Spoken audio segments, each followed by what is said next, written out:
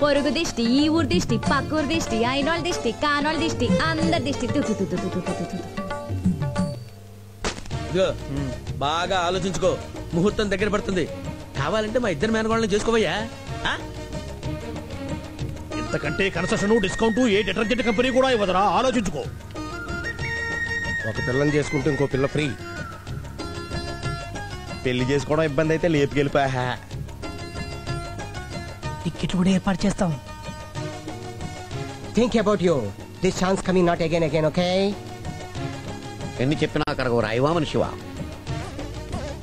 అసలు నీకు మనసుందరా? నాకు మనసుందండి. ప్రేమంటే తెలుసు, ప్రేమించడము తెలుసు.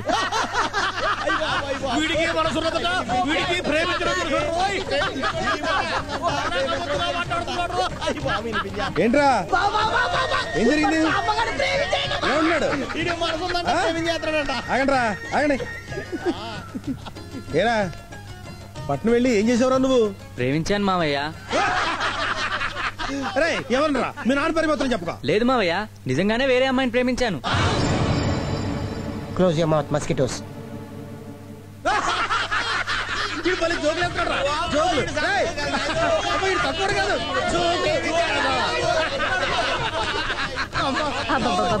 చాలే, ఆపండి రా, ఆపండి. వెళ్ళే పని చూడండి. వెళ్ళండి వెళ్ళండి, వెళ్ళమంటుంటే. ఆ నవరత్నాలతో ఎప్పుడూ ఇలాగే ఎగతాళిగా మాట్లాడాలి, సరేనా? ఎగతాళి కాదమ్మా, నిజంగానే ప్రేమించాను.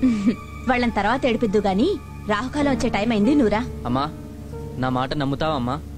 నీకు మాటలు నేర్పిందే నేనురా, ఎందుకు నమ్మను? తొందరగా వచ్చేసేయే. నీ మీద ఒట్టమ్మా, నేను ఒక అమ్మాయిని ప్రేమించాను.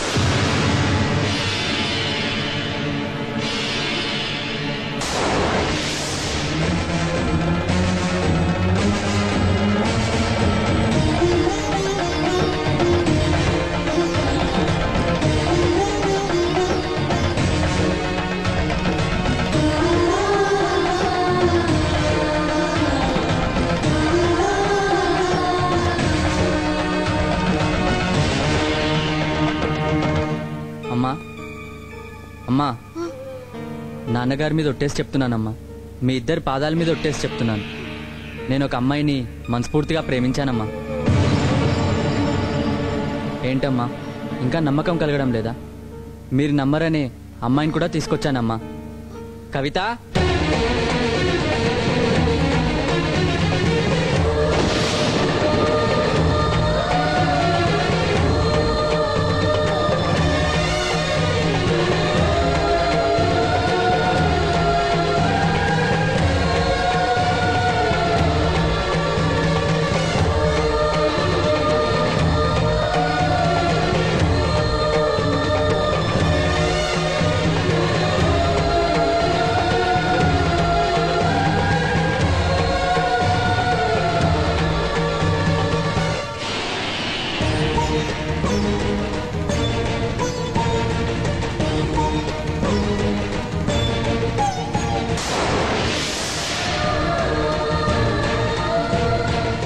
నమస్తే, నా పేరు కవితారెడ్డి. నేను సంశీవరావు ప్రేమించుకున్నా.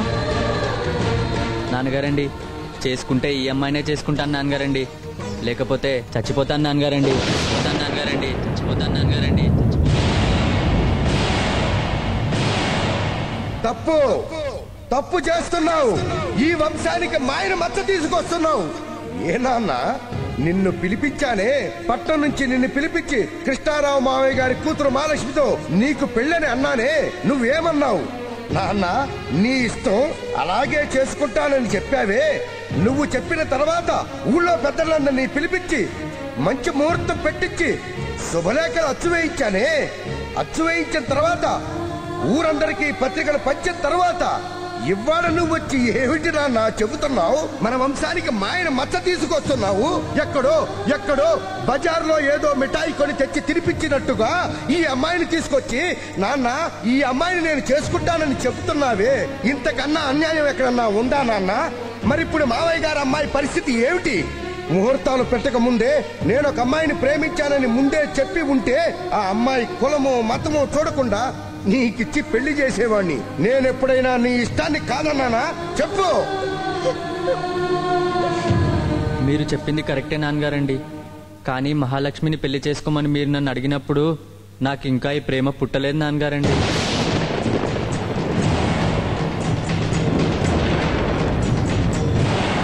శ్రావణ మాసంలో పెళ్లి అన్నప్పుడు కూడా నాకు ఈ ప్రేమ పుట్టలేదు నాన్నగారండి.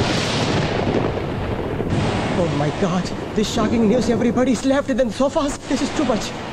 నేను హైదరాబాద్లో మా ఫ్రెండ్స్కి వెడ్డింగ్ కార్డ్స్ పంచేటప్పుడు కూడా నాకు ఈ ప్రేమ పుట్టలేదు నాన్నగారండి. మరి ఎప్పుడు పుట్టిందిరా నీకు ఈ మాయరోగం? We didn't tell anybody. This is God in the pain. Gold షాప్లో మన మహాలక్ష్మికి జడగంటలు కొని రూమ్కి వెళ్తుంటే దారిలో ఈ కవిత పరిచయమై ప్రేమ పుట్టిందండి.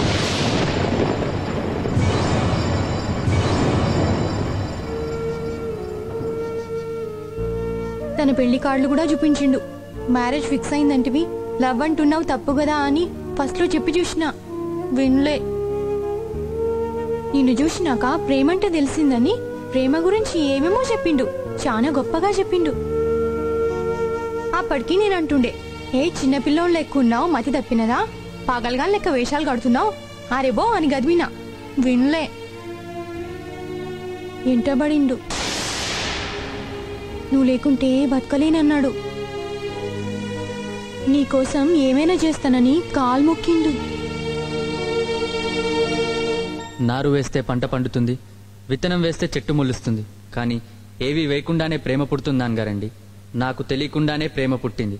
ఇది తప్పా నాన్నగారండి? నేను మిమ్మల్ని మోసం చేయలేదు నాన్నగారండి. నిజం సార్. మంచోడు కాబట్టి నేను కూడా సాంబశివ లెక్కని ప్రేమించడం మొదలెట్టినా. తను లేకపోతే నేను బతక. మీరంతా దీవించుకుంటే మా ప్రేమ నిలబడదు. మీరు మన్నించి మమ్మల్ని దీవించు. ఎవరిని దీవించాలి? మాట తప్పిన నా కొడుకునా, నిన్న నువ్వు చేసిన మోసాన్నా? ఇందులో నేను చేసిన మోసమే ఉంది అంకుల్. ఇంకా ఏం చెయ్యాలమ్మా? వాడు ఆకలి తెలుసుకుని నేను అన్నం పెట్టానే గాని అమ్మ ఆకలిగా ఉందని ఏనాడు నోరు తెరిచి అడగని నా బిడ్డ చేత ఇన్ని మాటలు మాట్లాడించావంటే నువ్వు సామాన్యురాలివి కావు.